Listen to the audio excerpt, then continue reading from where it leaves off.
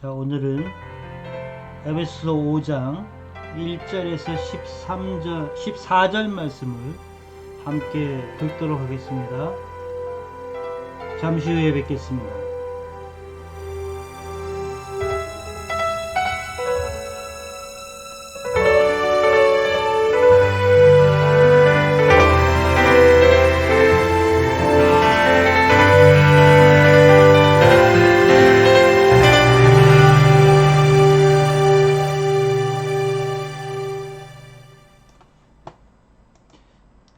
안녕하세요. 성경 긁어주는 남자 성극남입니다. 오늘은 에베소 5장 1절 말씀부터 14절 말씀까지를 함께 긁어보도록 하겠습니다.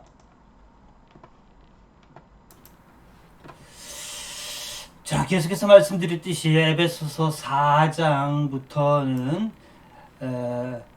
교회 안에 성도들의 변화된 삶에 대해서 구체적인 교훈을 주고 있습니다.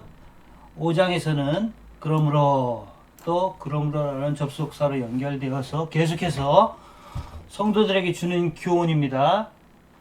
사랑을 받는 자녀같이, 사랑을 받는 자녀같이 너희는 하나님을 본받는 자가 되고, 성도들은 궁극적으로는 하나님을 본받는 자가 되어야 됩니다. 보통 이렇게 멘토 하는데, 세상에 어떤 멘토도 온전한 사람이 없는 것 같아요. 그렇지만 하나님은 완전하신 분이시기 때문에 우리가 하나님을 본받는 자가 되어야 되겠죠. 성경에는 하나님이 어떠한 분이신지 우리에게 구체적으로 여러 정황 속에서 말씀하고 있기 때문에 성경을 잘 긁게 되면 하나님을 점점 닮아 갈 수가 있는 것이죠. 이미 앞에서 언급한 대로 그리스도의 장성한 분량이 충만한 데까지 나아가는 것이 우리들의 궁극적인 목적이 아니겠어요? 하나님을 본받는 자. 구체적으로는 하나님이 인간의 몸을 입으시고 이 세상에 오셔서 예수 그리스도께서 공생의 3년을 통해서 구체적으로 삶의 본이 되어주셨기 때문에 예수님을 본받는 자가 성도들의 궁극적인 목표다라고 할 수가 있는 것이죠. 그리스도께서 너희를 사랑하신 것 같이, 그래서 하나님을 본받는 자 이야기를 하면서 그리스도가 언급되고 있어요. 그리스도께서 너희를 사랑하신 것 같이 얼마큼 사랑하셨죠? 죽기까지 사랑하셨죠. 죽기까지. 그래서 너희도 사랑 가운데서 행하라 라고 이렇게 교훈을 주고 있습니다. 성도들에게 있어야 되는 가장 중요한 덕목, 사랑이죠. 기독교가 무슨 종교냐라고 말하면 한결같이 똑같이 말하는 것이 사랑의 종교다라는 것이죠. 그래서 기독교에 속해 있는 사람들, 교회 안에 있는 성도들은 누구보다도 이 사랑을 구체적으로 실천하는 데 앞장서야 되는 것이죠. 그것이 하나님을 본받는 자의 모습입니다. 무엇을 하든지 사랑 가운데서 행하라 라고 말합니다. 그는, 예수 그리스도는 우리를 위하여 자신을 버리사 향기로운 제물과 희생 제물로 하나님께 드리셨느니라. 예수님의 사랑이 어떤 사랑인지를 먼저 언급하고 있는 것이죠. 우리를 위해서, 온 인류를 위해서 자신을 버렸다라는 것이죠. 그러니까 이 사랑의 구체적인 행위에서 제일 중요한 것은 자신을 버리는 거죠. 근데 사랑이 잘 안 되는 이유는 우리가 자기 자신을 꼭 잡고 있기 때문이죠. 꼭 잡고 있기 때문에. 그래서 모든 것이 자기 주관적이죠. 그러나 하나님을 본받는 자가 된다는 것은 자신을 버리는 것이죠. 왜? 누가? 예수님께서 그러하셨다는 것이죠. 자신을 버려서 십자가에서 향기로운 제물, 희생 제물이 되셨어요. 그분의 그 크고 놀라우신 사랑 때문에 우리가 하나님의 자녀가 되었고 하나님의 백성이 되었고 하나님을 아바 아버지라고 부르면서 교회 공동체의 일원이 되었던 것이죠. 그러므로 교회에 속해 있는 성도들은 이 사랑을 늘 기억해야 되는 것이죠. 그리고 이 사랑을 본받고 이 사랑을 실천해야 되는데 그 실천하는 정신의 핵심이 자신을 버리는 것이죠. 쉽지 않습니다. 자신을 버린다는 것. 예. 그러나 성경에서 이렇게 교훈을 주고 있다는 거 잊지 마시고 우리가 하나님을 본받기 위해서는 자신을 버리고 이기적인 것이 아니라 이타적인 삶을 살아야 되는 것이죠. 오늘날 교회가 이기적인가요? 이타적인가요? 세상 사람들이 교회 욕심 진짜 많다고 생각하거든요. 너무 이기적이잖아요. 코로나19 상황에서도 사실은 교회가 얼마나 이타적인 삶의 본을 보일 수 있는 기회였었는데 사실은 많이 안타까워요. 예. 코로나19가 이렇게 발생했을 때 이 근본적인 하나님을 본받는 자의 삶을 교회가 기억했더라면 교회가 무슨 예배드리고 소모임하고 이런 것을 막 주장하기보다는 지금 이렇게 코로나가 확산되니까 우리 교회가 앞장서서 모범적으로 이타적인 국민들을 위해서 대사회적인 모범이 되겠다고 이렇게 나섰더라면 지금쯤 사람들은 교회에 대해서 어떤 생각을 하고 있었을까? 그런데 코로나가 발생하는 초창기부터 또 지금까지 교회가 보였던 태도는 너무 자기 중심적이었죠. 너무 이기적이었죠. 교회만 생각했죠. 그러니까 이 예수 그리스도의 정신을 우리 스스로 버렸던 거예요. 우리 스스로 하나님을 본받는 자의 삶을 포기했던 것이죠. 많이 안타까워요. 사실 저는 이런 위기 상황에서 우리가 빗댄 삶의 모습, 이타적인 모습을 보였더라면 이전에 한국교회가 가지고 있었던 그 잘못된 이미지들을 일신하면서 국민들 앞에 참 교회 좋은 곳이구나 라는 것을 이렇게 비칠 수 있는 좋은 기회였었는데 잃어버린 것 같아요. 놓쳐버렸어요. 예. 코로나가 장기화될 텐데 정말 교회가 이런 정신을 다시 회복했으면 좋겠어요. 우리가 재물이 되는 것이죠. 우리가 죽는 거예요. 예. 우리 거 챙기려고 그러는 것이 아니라 우리가 재물이 되고 우리가 희생제물이 되어서 우리가 사회를 섬긴다면 국민들을 섬긴다면 국민들이 교회를 얼마나 좋아하겠어요. 언젠가 코로나가 끝날 텐데 코로나가 끝나고 나서 교회 때문에 코로나가 일찍 우리가 방어할 수 있었다고 교회 때문에 목사님 때문에 성도들이 앞장서서 이런 소리를 들었더라면 전도의 문이 활짝 열렸을 텐데 오히려 전도의 문이 확 닫히고 그래서 저는 개인적으로 너무 안타까워요. 좋은 기회를 잃었다라는 생각을 합니다. 3절 음행과 온갖 더러운 것과 탐욕은 너희 중에서 그 이름조차도 부르지 말아라. 이름조차도 부르지 말아라. 예. 이것은 전혀 하나님하고 상관없는 거잖아요. 예. 전혀 그리스도의 사랑과 상관없는 거예요. 음행하고 온갖 더러운 것과 특히 이게 탐욕, 욕심이죠. 욕심. 예. 이기적인 것. 예. 이런 거 하지 말라는 거잖아요. 이는 성도에게 마땅한 바니라. 즉 이러한 것들을 부르지 않고 버리고 끊어버리는 것, 이것이 교회가 또 성도가 마땅히 할 바라라고 교훈을 주고 있습니다. 누추함과 어리석은 말이나 희롱의 말이 마땅치 아니하니 오히려 감사하는 말을 하라. 남들이 감사하지 못할 때 감사할 수 있는 것이 진정한 교회의 모습이 아닌가. 공동 번역에는 이렇게 길게 번역했네요. 추잡한 말, 어리석은 이야기, 점잖지 못한 농담, 이런 따위는 하지 마십시오. 성도들에게는 어울리지 않습니다. 성도들에게 어울리는 것은 하나님께 대한 감사의 말입니다. 아멘입니다. 예. 많이 힘들지만 그럼에도 불구하고 감사의 조건들을 찾아서 감사하는 성도들이 될 수 있기를 바랍니다. 왜? 이게 성도들한테 어울리니까. 이게 성도들에게 어울립니다.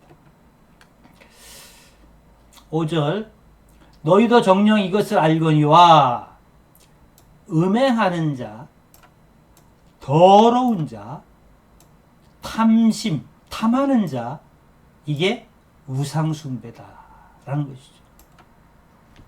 하나님께서 가장 싫어하시는 것, 가장 미워하시는 것이 우상숭배잖아요. 예, 나 외에 다른 신을 내게 두지 마라. 이 10계명 중에 첫 번째 계명 아니에요. 예. 그런데 사도 바울이 해석하기를 이걸 확장해서 뭐라고 말해요? 음행하는 것, 더러운 것, 탐하는 자, 이게 우상숭배라는 것이죠. 공동번역에서는 음행하는 자와 더러운 짓을 하는 자, 탐욕을 부리는 자는 그리스도와 하나님의 나라에서 상속을 받지 못한다는 것을 명심하십시오. 무서운 말이죠. 예. 우리가 하나님 나라를 상속받아야 되는데 탐욕을 부리는 자는 우상 숭배하는 자다라는 것입니다. 가장 하나님께서 미워하시는 것이, 싫어하시는 것이 우상 숭배예요. 이거 다 그리스도와 하나님 나라에서는 기업을 얻지 못합니다. 우리의 목표가 하나님 나라를 상속받아야 되지 않겠어요? 기업을 이어야 되지 않겠어요? 그러려면 우리 안에 음행과 더러운 짓, 탐욕 이런 것들 버려야 되는 것이죠. 우리 안에 우상숭배의 요소들을 찾아서 버려야 되겠습니다. 6절 누구든지 헛된 말로 너희를 속이지 못하게 하라. 예, 속지 말라라는 것이죠. 공동번역 여러분은 아무한테도 허황의 이론에 속아 넘어가지 마세요. 오늘날 이 허황된 이론을 이렇게 막 설파하시는 분들이 있어요. 근데 이렇게 쉽게 넘어가요?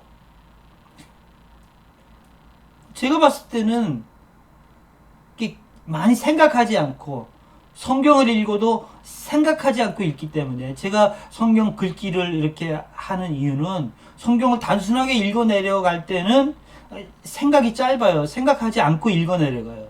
근데 성경을 긁으면서는 좀 더 생각하자는 것이죠. 질문하면서, 예. 그러다 보게 되면은 우리가 잘 분별할 수가, 이 말씀이 이런 말씀이구나 라고 우리가 이해하면서 넘어가게 될 때 그것이 기준이 되어서 허황한 이론에 속아 넘어가지 않을 수가 있는 것이죠. 저는 여러분들이 저와 함께 성경 긁기를 하면서 허황된 곳에 넘어가지 않는, 헛된 이론에 속아 넘어가지 않는 성도들이 되시기를 바랍니다. 누가 말해도 베레아교회 성도들이 그러했잖아요. 사도 바울이 설교하는데도 불구하고 그 말이 정말 그러한가 다시 하나님의 말씀을 펼치면서 확인한 거 아니에요? 그러니까 우리는 누가 말을 하더라도 그 말이 정말 그러한가, 성경 말씀이 그렇게 이야기하고 있는가, 하나님께서 그렇게 교훈해주고 있는가, 성경 말씀을 통해 가지고서 확인해야 되는 것이죠. 그래야지 우리가 속아 넘어가지 않습니다. 이로 말미암아 하나님의 진노가 불순종의 아들들에게 임한다라는 것이죠. 자꾸 속아 넘어가니까, 예, 진짜 순종할 곳에는 순종하지 않고 헛된 곳에 순종하잖아요. 그러니까 하나님의 진노가 임한다는 거예요. 하나님의 진노가. 그러니까 제가 봤을 때는 하나님의 말씀을 잘 깨우쳐서 그 말씀대로 힘써 살아야 되고, 완벽하게 살아갈 수는 없겠지만, 이것이 옳은 거구나, 이것이 틀린 거구나, 라는 것은 분별할 수가 있어야 돼요. 누가 무슨 말을 하더라도, 저 말이 틀린 것 같다? 아니, 왜 저런 말을 하지? 이렇게 한번 생각해 봐야 되는 것이죠.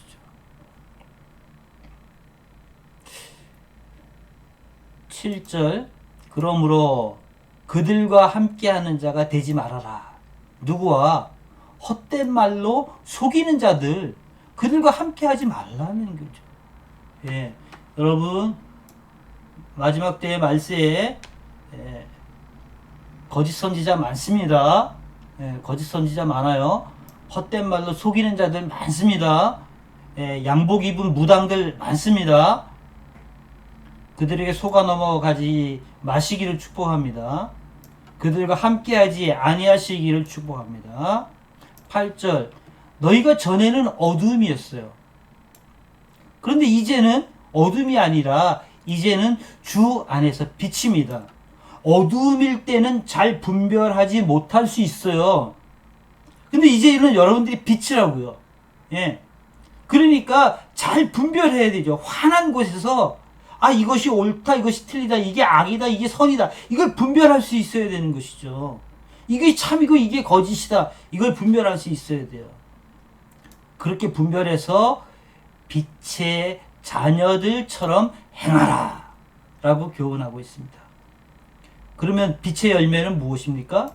빛의 열매는 모든 착함과 의로움과 진실함에 있다 라고 말하고 있습니다. 우리가 열매 맺는 삶을 살아야 되는 것이죠.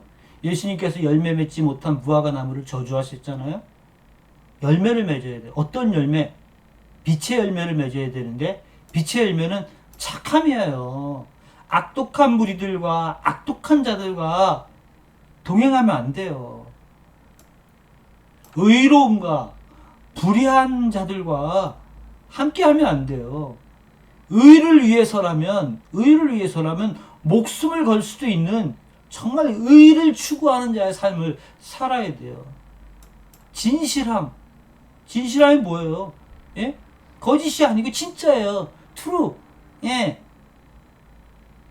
진짜, 참. 이런 걸 쫓아야 되는 것이죠. 정말 세상에는 거짓이 많아요. 예. 뉴스도 거짓이 많고요. 사람들이 하는 말에도 거짓이 많아요. 사람 자체가 거짓말 하는 사람이 너무 많아요. 헛된 것, 허황된 것 말하는 사람들이 많아요.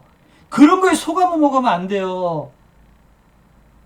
얼마나 우리의 생애가 안타까워요. 그런 거에 속아 넘어가면. 그런 거에 속아 넘어가게 되면 어떤 열매를 맺겠어요? 빛의 열매 절대로 못 맺어요. 어둠의 열매를 맺는다고요. 빛의 열매는 착함과 의로움과 진실함이 있다. 이렇게 하는 것이 주를 기쁘시게 한다는 것이죠. 정말 주님을 기쁘시게 하는 것이 무엇일까? 이거 생각해야 되는데 주님을 기쁘시게 하는 것은 성도들이 빛의 열매를 맺는 거예요. 교회가 빛의 열매를 맺는 거예요. 교회가 하나님을 본받는 자가 되는 거예요. 그게 무엇일까? 이거 우리가 늘 고민해야 되죠. 늘 생각해야 돼요. 내가 어떻게 하나님을 기쁘시게 하지? 우리 교회가 어떻게 하나님을 기쁘시게 할 수 있을까? 이걸 생각해야 돼요. 그러면서 빛의 열매를 구체적으로 맺어야 되는 것이죠. 저는 모든 착함과 의로움과 진실함을 추구하는 성도들 하나님께서 복 주실 것을 믿습니다. 훗날 주님 앞에 서게 될 때 잘했다 칭찬받고 상급받게 될 줄로 믿습니다. 11절, 너희는 열매 없는 어두움의 일에 참여하지 말고, 계속 말하잖아요. 예, 어두운 일에 참여하지 말아라. 도리어 뭐 하라고요? 책망하라고요. 예, 책망하라고요. 이 어두움을 추구하는 자들, 어두움을 추구하라고 미혹하는 자들 책망해야죠. 이거 교회가 잘 못해요. 예, 그냥 뭐 좋은 말만 하려고, 덕담만 하려고 그러는데, 그거 옳은 거 아니에요. 잘못한 거 잘못했다고 말하는 것이 옳은 거예요. 예. 교회 이름으로, 예수 이름으로, 이게 남을 미혹하고, 어두운 길로 인도하는 자가 있으면 책망해야죠. 당신 그렇게 하면 안 됩니다. 당신 저주받습니다. 예. 하나님한테 혼납니다. 책망해야 돼요. 예. 교회가 해야 될 일이죠.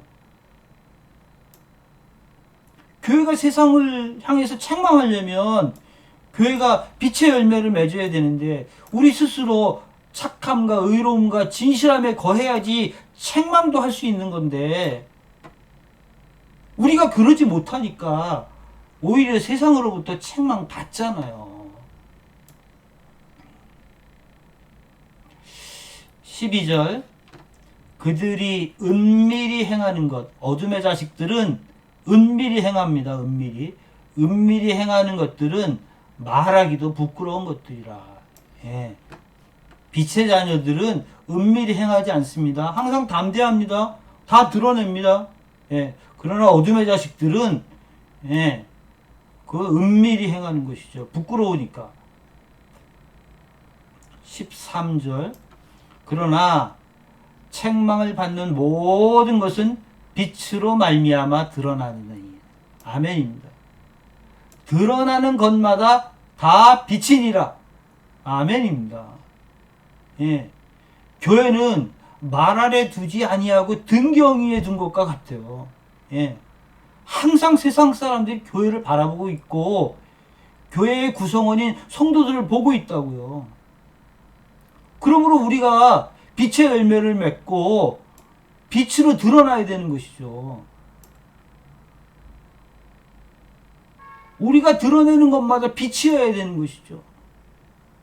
그래야지 주님의 몸된 교회가 욕을 먹지 않습니다. 교회의 머리 대신 예수 그리스도를 영광스럽게 할 수가 있는 것이죠. 마지막 14절입니다. 그러므로 결론을 내겠습니다. 이르시기를 잠자는 자여 깨어나라. 죽은 자들 가운데서 일어나라. 강한 말이죠. 예. 잠자는 상태에 있으면 안 돼요. 잠자는 상태에 있다는 건 아무것도 안 한다는 거잖아요. 말하지 않고 행동하지 않는 거예요. 죽은 자, 움직이지도 않아요. 예. 우리가 주변을 돌아보게 되면 사랑으로 섬길 것들이 많이 있고 또 돌아보게 되면 책망할 것들이 많이 있는데 교회가 아무것도 안 해요. 예. 무시해요. 악을 보고도 그냥 지나가요. 패싱. 그와 같은 상태는 어떤 상태라는 거예요? 잠자는 자의 모습과 같아요. 죽은 것과 마찬가지예요. 교회가 죽어서 어떻게 세상을 구원할 수가 있겠어요? 교회가 잠을 자는 상태에서 어떻게 많은 자들을, 이 죽어가는 자들을 구원할 수 있겠어요? 그러니까 사도 바울은 아주 강하게 말하잖아요. 잠자는 자여 깨어나라. 죽은 자들 가운데서 일어나라. 그리스도께서 너희에게 비추이시리라 하였느니라. 아멘. 오늘 말씀 다시 한번 우리가 깊이 묵상하면서 그리스도께서 우리를 환히 비춰서 빛 가운데 행하며 빛의 열매를 맺고 우리 자신을 교회를 세상에 드러내서 세상에 밝게 드러내서 환한 빛을 발하는 그리고 어두움의 세상 권세들을 향해서 도리어 담대히 책망할 수 있는 교회가 될 수 있기를 주님의 이름으로 축복합니다. 오늘은 여기까지 긁었습니다. 다음 시간에 다시 뵙도록 하겠습니다. 지금까지 성경 긁어주는 남자 성긍남이었습니다. 감사합니다.